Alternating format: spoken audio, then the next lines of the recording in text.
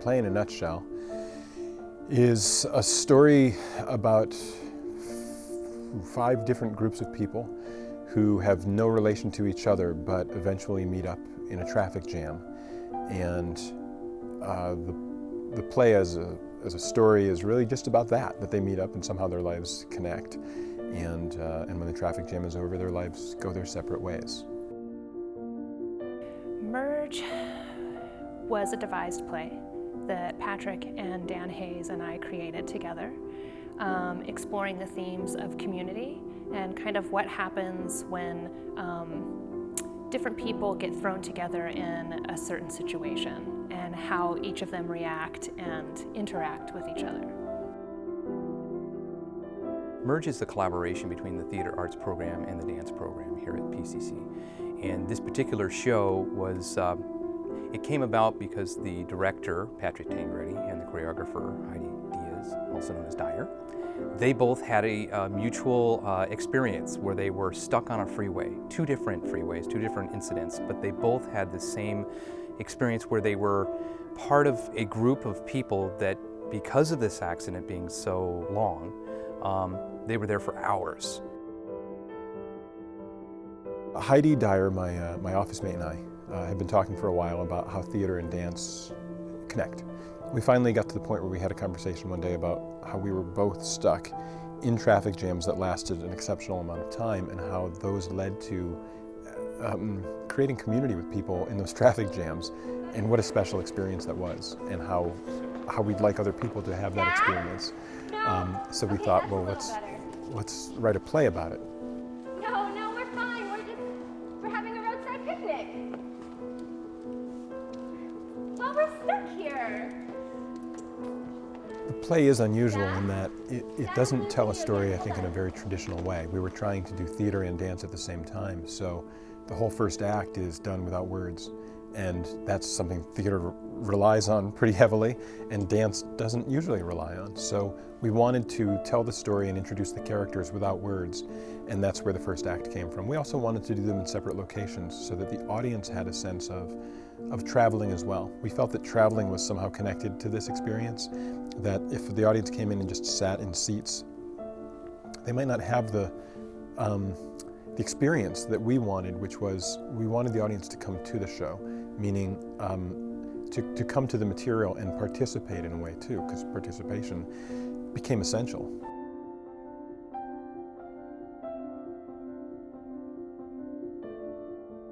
In the beginning, you walk in and, of course you get your tickets and all that, and you're led in groups of about 20, and there are all these sections just like you see here, and there would be a character standing up here in a pose, and they're all frozen, and you don't really have any particular way you're being led. You just sort of walk around, see all these different scenes with all these different people, different costumes, completely different characters, and you're just watching them, and then a timer goes off, or the music picks up, there's a little ambience, and they start moving around like they're doing, their everyday daily activities.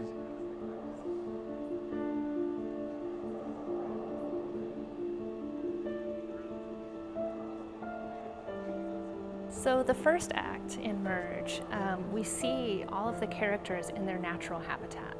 So I like to describe it kind of like walking by an apartment building at night, and the windows are illuminated and one can catch a glimpse of who these people are and what they might be doing before they are stuck in the traffic jam together. So it's a way of giving the backstory without having to use a lot of language. In fact, no language was used. It was all movement. And it was a series of small vignettes where we saw Lisa and Lou in their home office preparing to leave for a presentation. And Ben and Wanda were in their bathroom taking a pregnancy test, and there was obviously some tension around that. And Fred and Adele had just arrived from Germany. They created as their backstory to come and be married for the second time in front of her family and friends. And Rob and Opal then are a mother and son getting ready for Rob to go off and live with his father as a teenage boy. And then the three sisters in the middle were Celia, the artist, and we see her painting. And then there's B, who is actually transgendered, and we see her getting ready to fly out to visit her sisters for the first time since becoming transgender. And the third sister is Abby, and we see her very meticulously and carefully arranging flowers. So it's just a little glimpse of who these characters are, what their backstory is, so that there's a context for when we see them in Act 2. You used to have a penis. I did? Oh no. Maybe I packed it and forgot. Abby, quick, stop the car. I have to get my penis out of your trunk. There are a few different ways you can go about this. I mean, you can walk through, you can just see snip, snip, snip, snip, or you can kind of take a second, take maybe a minute and watch and sort of just become a part of their world. And it's really interesting because you don't have their character names yet either. And so you're just sort of like, I wonder, this character's intriguing. I'm excited to see what part they take later, what's happening after this. They're then escorted through the lobby and down to the PAC stage, where they're seated not in the regular seats, but in what feels like cars. And the last thing that happens there is that the audience will now kind of wait, I guess you should say, while they hear sounds of traffic. And then the actors arrive, and one by one, each car where the characters are stopped, they each have a scene. And after that scene, we have 5 scenes, and at the end of those 5 scenes, Fred and Adele kind of open things up and start inviting people to come and join them. Hey, we're all stopped in traffic, why don't we all enjoy this? And that's the moment where the audience has to kind of take that step off the cliff. And up to that point, they've been asked to do things they haven't been asked to do before anyway. Walk around to see the show, walk through the theater, sit on stage. So by then we felt they were pretty well prepared to take that step and say, get out of your chair and join us. And that's crossing a line. And when they cross that line, if they cross that line, then there's more in stake. Then they get to meet the characters. It's okay. They get it's not like traffic's your fault. They'll participate in understand. some way. But they can't just leave without seeing us get married. Can't we do something? We have to do something. We also, Like I think, what? ran into the challenge of saying the audience doesn't know what the rules are. And we had to give them clues and hints, I think, along the way as to what was okay and what was possible. Anyone can do it. She's right. Yeah. You can do it. Yeah! The ceremony. Is that okay? Is it okay I'm already married? It was interesting to be part of the play and to actually be on stage. It was a little nerve-wracking. I found myself getting nervous. That made me really nervous because I didn't want to talk in front of everyone.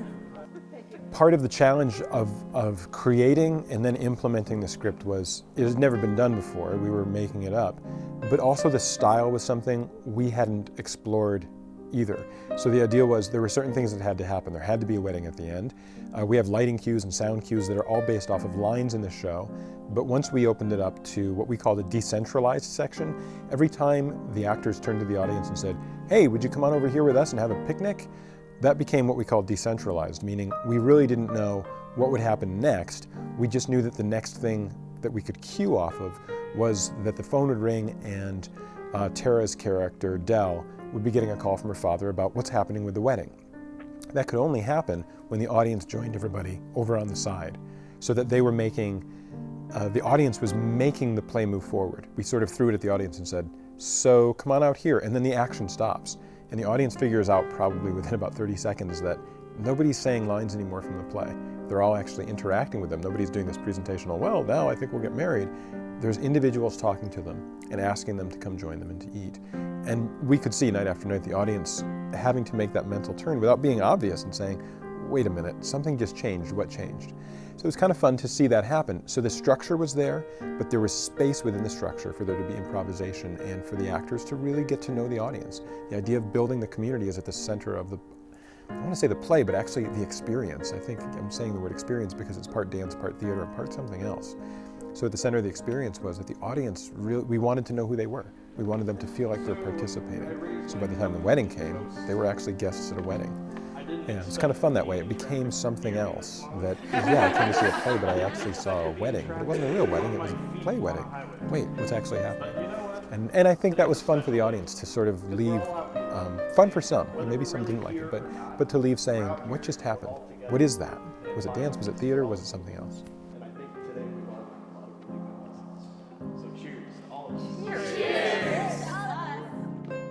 Well, this sort of interactive performance really worked for me because I was able to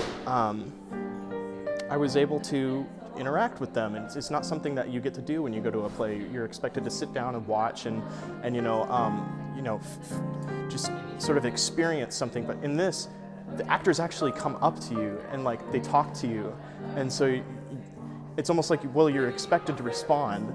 And so maybe this isn't for, the faint of heart or something to go see because they might be off-put by that. But I think it's definitely, even if you are faint of heart, you should go and experience it and, maybe pass it on to your neighbor, be like, oh, I don't know, and have this person say something. But it's really, that part of it is very engaging, and it's very, it's not seen often, so it's very fresh. It feels very genuine.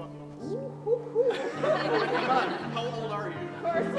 So there's no central character, it's an ensemble play, so that no one character is more important than the others, and some of them have larger arcs or journeys. It would be probably safest to say that the largest arc or journey might have been had by Rob, who was played by Brad, and his mother Opal, and that in a kind of a funny twist, in a seemingly simple day for them, she was about to drop him off to go in the airport. He was going to fly and see his father and live with his father.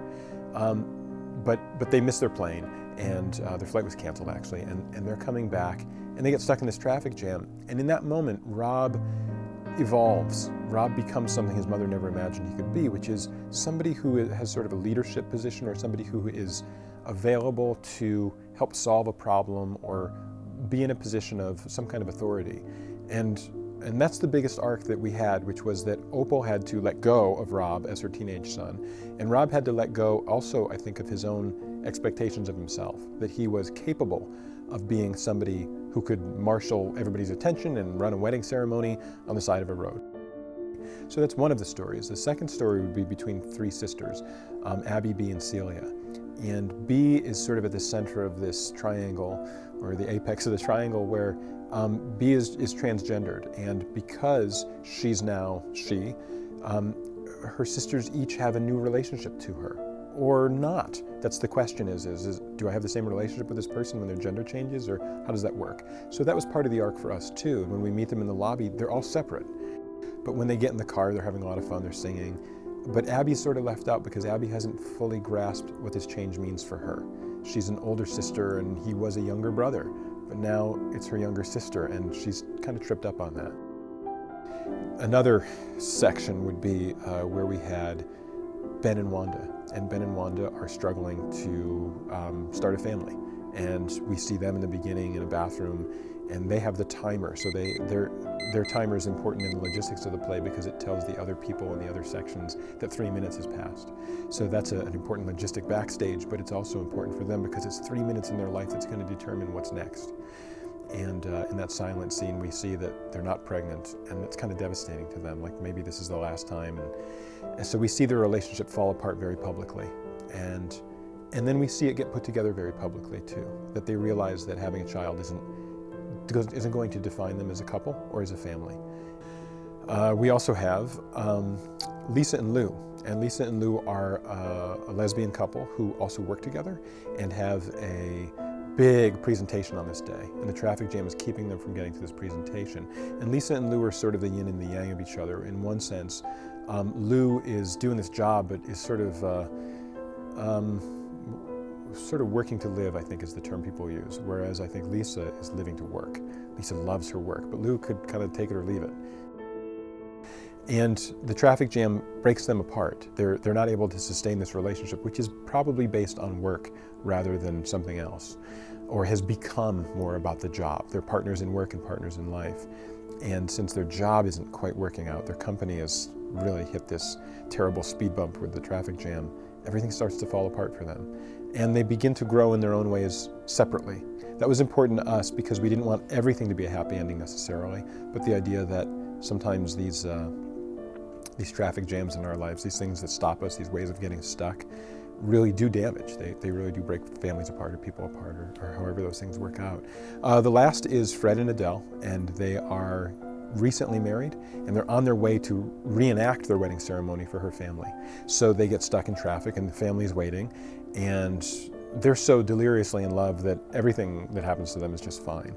And they can have a good time at the airport, and while they're waiting to get their rental car, they're having a great time. And while they're stuck in traffic, they couldn't be happier.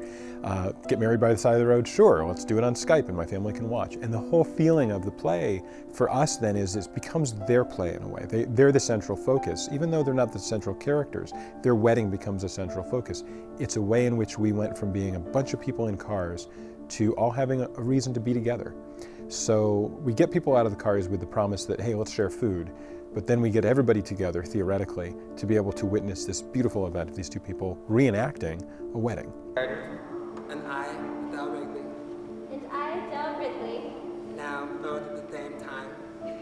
At the end of the play, you also are ushered out as if you're being led by like a flagger to go on in traffic, and that was really interesting because it was like, oh well, traffic's moving now, we're leaving the story that just took place, and you leave and you go back into the real life, and it was all very immersive. And that was the idea, to release the audience not as if they'd been in a performance, which they had come to a performance, but when they left an experience. And the idea was that there may have been a sense, some people reported, like, I kind of wanted a curtain call, but I didn't know what to do. And I feel that we took that risk, but we wanted to inform the audience, help the audience, to educate the audience, to get them to the point where they were seeing that theater and dance meet somewhere where those conventions aren't always together. They don't need to remain.